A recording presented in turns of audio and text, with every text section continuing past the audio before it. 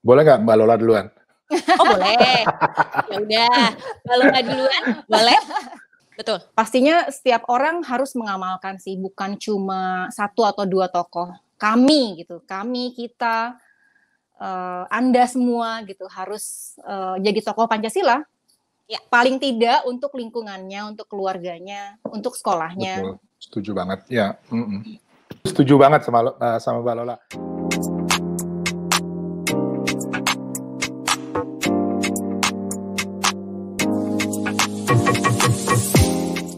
Saya langsung mengundang kembali kedua narasumber saya, yaitu Bapak Hilmar dan juga Mbak Lola, untuk sama-sama bergabung, karena setelah ini akan ada sesi pertanyaan dari sahabat Dikbud yang sudah bergabung di siaran langsung hari ini.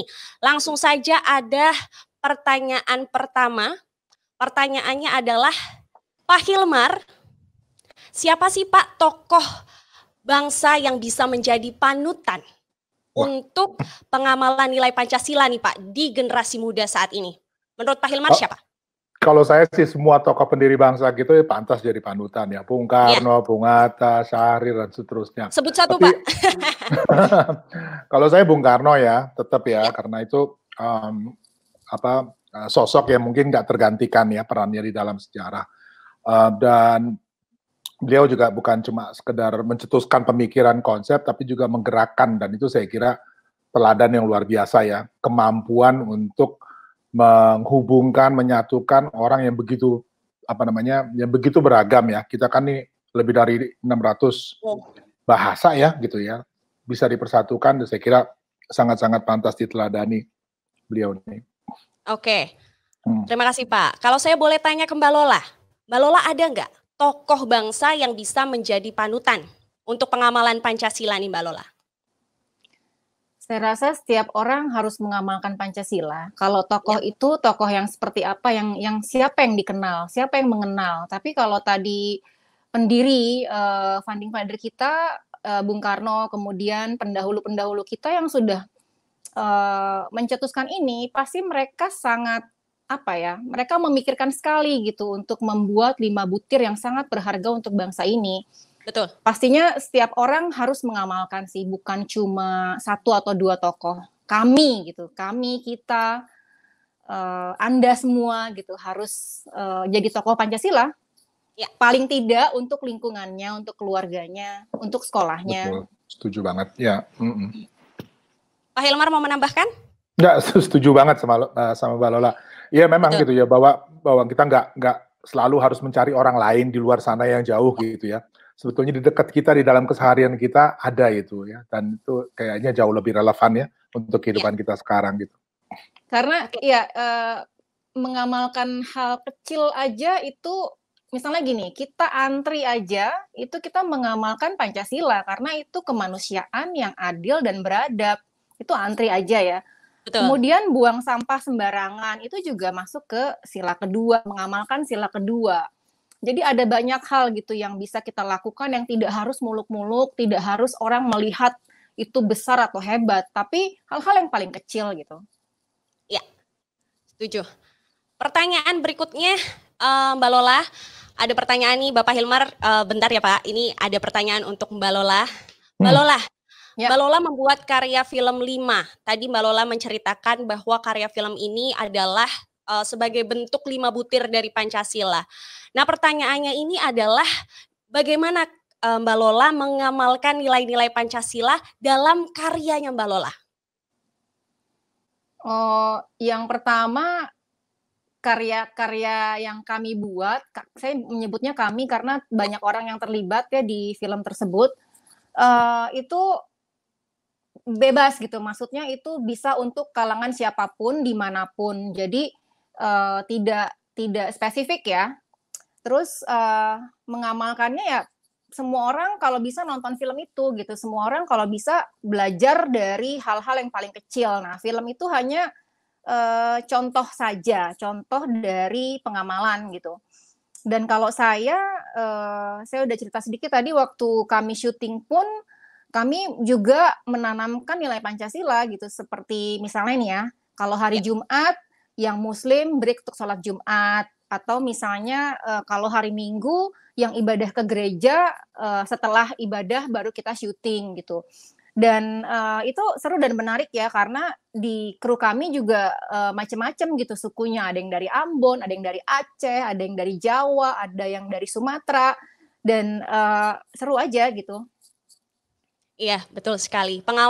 Pengamalannya tidak usah yang muluk-muluk, tapi dari kehidupan sehari-hari saja. Pertanyaan terakhir untuk kedua narasumber pada hari ini. Ada pertanyaan dari sahabat Dikbud yang sudah bergabung. Pak Hilmar dan Kak Lola, apakah nilai-nilai Pancasila ini bisa berpengaruh untuk kesuksesan anak muda? Mungkin bisa dijawab terlebih dahulu, Bapak Hilmar. Boleh nggak Mbak Lola duluan? Oh boleh, ya udah, Mbak Lola duluan, boleh? Oke. Saya merasa bahwa ini penting sekali. Justru anak-anak muda sekarang harus kembali menanamkan atau mengamalkan atau mempraktekkan atau mengimplementasikan nilai Pancasila ke dalam kehidupan. Sampah sembarangan, antri, komunikasi, apa-apa dibicarakan, hormat kepada yang lebih tua, kemudian adil gitu, berlaku adil, dan terutama untuk sila pertama nih, karena Indonesia kan ada banyak agama nih, beragam, suku. Nah, ini yang paling menyebabkan bentrokan di mana-mana. Kalau kita paham artinya sila pertama, itu kayaknya nggak akan pernah ada. Anak-anak muda tuh harus tahu bahwa sila pertama sampai kelima itu saling berkaitan. Jadi bukan tanpa alasan dibuat 5, kenapa yang pertama itu ketuhanan yang Maha Esa. Kalau kita sadar dan paham artinya bertuhan atau beragama, kita pasti bisa menerima kemanusiaan sesuai sila kedua. Kalau sudah selesai dengan kemanusiaan, pasti kita akan menerima persatuan di Indonesia yang beragam ini. Dan kalau kita paham pertama, kedua, ketiga persatuan, ada apa-apa pasti akan kita komunikasikan gitu sesuai sila keempat, mencapai hasil yang mufakat sampai semuanya adil, keadilan sosial untuk Indonesia. Nah, ini karena ada banyak pihak yang belum paham, maka sering terjadi bentrokan di mana-mana, main hakim sendiri, kemudian ketidakadilan itu di mana-mana. Jadi saya rasa kalau semua paham dan tahu betul artinya, kita akan damai gitu, kita akan adil, sejahtera, dan tidak akan ada keributan di mana-mana. Harapannya sih itu. Ya, terima kasih Mbak Lola. Selanjutnya Bapak Hilmar boleh menambahkan dan berpendapat. Enak nih, saya tinggal nambahin aja jadinya kan. Asik. Jadi kalau saya, kalau misalnya dibilang apakah ini berpengaruh pada kesuksesan, ini penting banget ini. Tergantung apa yang kita bilang sukses. Kalau mau cepat kaya sendiri gitu ya, sukses-sukses sendiri dan segala macam, value-nya beda. Jadi di Pancasila ini justru yang diajarkan tuh kebersamaannya itu gitu. Jadi nggak masalah orang maju, sukses dan segala macam, tetapi ukurannya juga seberapa jauh dia bisa berkontribusi menyumbang pada kebersamaan kita ini, ya. Dan di pidatonya Bung Karno ini bukan cuman kegunaannya buat kita di Indonesia loh, ya, tetapi juga kontribusinya bagi peradaban manusia. Jadi ukuran kesuksesannya adalah seberapa dia berguna bagi masyarakat, bagi kemajuan peradaban manusia gitu. Oke. Terima kasih banyak untuk jawaban yang luar biasa dari Mbak Lola dan juga Pak Hilmar. Kalau saya boleh simpulkan sedikit, Pancasila ini sebenarnya adalah pedoman kita untuk hidup.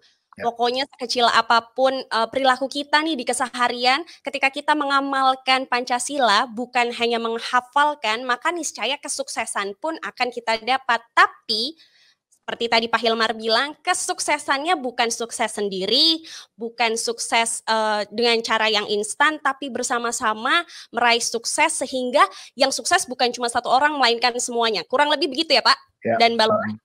Ya. Terima kasih banyak Pak Hilmar dan juga Mbak Lola atas waktunya untuk bincang-bincang di siaran langsung hari ini. Saya mengucapkan terima kasih banyak. Selamat melanjutkan aktivitas dan semoga sehat selalu. Amin. Terima kasih ya. Oke. Saya mau mengingatkan dan menyapa terlebih dahulu para sahabat Dikbud yang sudah bergabung pada hari ini.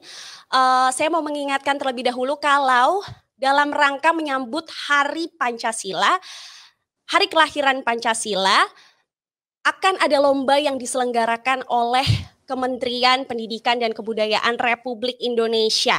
Untuk sahabat Dikbud yang ingin mengikuti lombanya, ada beberapa lomba yang akan saya bacakan singkat, yaitu lomba komik terpola untuk SD, SLB, dan sederajat, komik untuk SMP, SMP LB, dan sederajat, poster untuk SMA, SMK, SMA LB, KLB, atau sederajat, ada lomba animasi 2D atau 3D untuk perguruan tinggi, ada juga cipta karya puisi untuk SMP LB, ada baca puisi untuk SDLB, dan juga ada lomba video edukasi TikTok untuk SMA, SMK, ataupun sederajat dan juga perguruan tinggi. Dan pastinya akan ada hadiahnya, dapatkan hadiah menarik, yaitu ada laptop, ada tablet, dan ada juga smartphone. Nah, untuk info lebih lanjut, sahabat Dikbud juga bisa langsung memfollow akun TikToknya @cerdasberkarakter dan akun TikTok @kemendikbud.ri. Dan juga ada websitenya juga di www.cerdasberkarakter.kemendikbud.go.id. Jadi jangan lupa untuk ikut lombanya. Sampailah kita di penghujung acara. Terima kasih banyak sahabat Dikbud yang sudah bergabung di live streaming hari ini. Selamat menjalankan aktivitas kembali. Ingat, lewat siaran langsung ini kita masih bisa sama-sama belajar. Walaupun keadaannya sedang di masa pandemi ini bukan jadi alasan untuk kita mengamalkan nilai-nilai Pancasila. Saya Dea Rizkita memohon maaf apabila ada kesalahan, dan kalau sahabat Dikbud masih ingin bertanya, bisa langsung follow akun TikTok @kemendikbud.ri dan akun TikTok @cerdasberkarakter. Saya Dea Rizkita undur diri. Terima kasih banyak. Sampai jumpa. Wassalamualaikum warahmatullahi wabarakatuh. Salam sejahtera, namo buddhaya, salam kebajikan. Om Santi Santi Santi Om.